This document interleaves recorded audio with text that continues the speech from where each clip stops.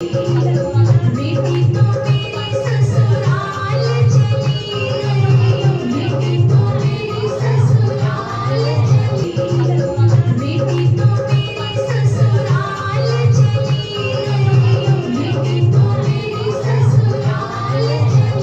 दोस्तों, मैं संदीप तोमर और आप देख रहे हैं खुलासा न्यूज। नवरात्र के पावन अवसर पर अपने रुड़की से एक ऐसी खबर सामने आई है जिसने हर किसी के दिल को गहराई तक छू लिया है। ये कहानी है श्रद्धा, भक्ति और दिव्यता से जुड़ी उस अंतिम यात्रा की, जिसमें एक माँ ने देवी भजन गाते गाते ही इस दुनिया को अलविदा कह दिया। रुड़की के प्रतिष्ठित व्यापारी नेता रहे पंडित रूपचंद शर्मा की पुत्रवधू और वरिष्ठ समाज सेवी श्रीमती रेखा रानी शर्मा उम्र 73 वर्ष बुधवार 24 सितंबर को इस संसार से विदा हो गईं। लेकिन उनका जाना साधारण नहीं था।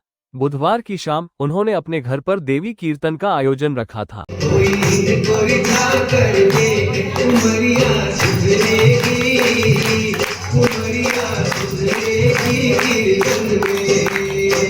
उन्होंने खुद उन सभी महिलाओं को फोन कर बुलाया जो पिछली बार के कीर्तन में शामिल नहीं हो पाई थी। सिर्फ इतना ही नहीं, उन्होंने परिवार के लिए भोजन भी खुद तैयार किया। शाम ढलते ही कीर्तन शुरू हुआ। रेखा रानी शर्मा ने पूरे भक्ति भाव से 3 देवी भजन गाए और 2 पर नृत्य किया। और फिर तीसरे भजन पर जब वो भक्ति में पूरी तरह लीन होकर नाच रही थी, तभी अचानक उनकी धड़कन रुक गई और नाचते नाचते ही वे परमधाम को प्रस्थान कर गईं। उनके पुत्र सौरभ भूषण बताते हैं कि मां को कोई गंभीर बीमारी नहीं थी। हालिया स्वास्थ्य जांच में सब कुछ सामान्य था।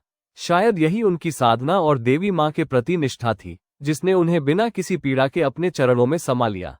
रेखा रानी शर्मा जीवन भर धर्म कर्म में सक्रिय रहीं। इस साल उन्होंने मेयर पद महिला आरक्षित होने पर भाजपा से टिकट की भी दावेदारी की थी। तब खुलासा न्यूज ने उनका एक इंटरव्यू किया था। यहाँ आप उसे देखेंगे तो आपको कतई नहीं लगेगा कि स्वर्गीय श्रीमती रेखा रानी शर्मा राजनीतिक रूप से अपरिपक्व थी। वो उच्च शिक्षित थी, लेकिन इस इंटरव्यू को देखकर आप ही तय कीजिएगा कि क्या उच्च शिक्षित व्यक्ति जो कभी राजनीति के आसपास भी नहीं रहा हो, वो इतना सधे हुए अंदाज में मीडिया से बातचीत कर सकता है।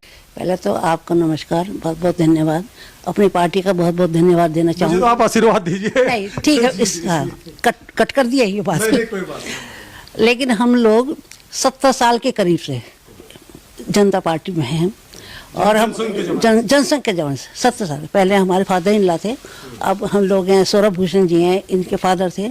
तो हमारा बहुत शुरू से इसमें सहयोग रहा है और इसलिए मैं चाहती हूँ टिकट मैं भी इस साल इसमें हिस्सा लूँ। तो जितनी भी ज़रूरतें हैं रुड़की शहर में मैं पूरी करूँगी। जल भराव, सड़क की समस्या, जाम की समस्या, जो भी समस्या है उसे मैं हल करने की कोशिश पूरी करूंगी।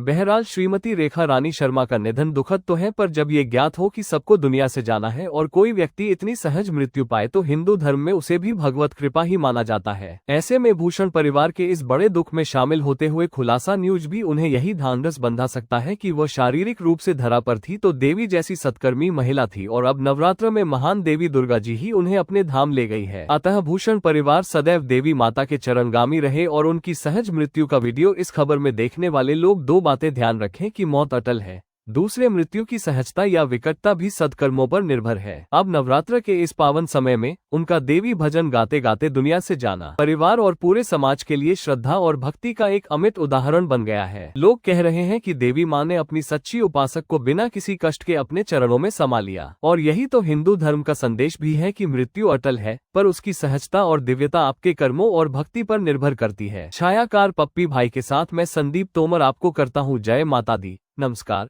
जय हिंद।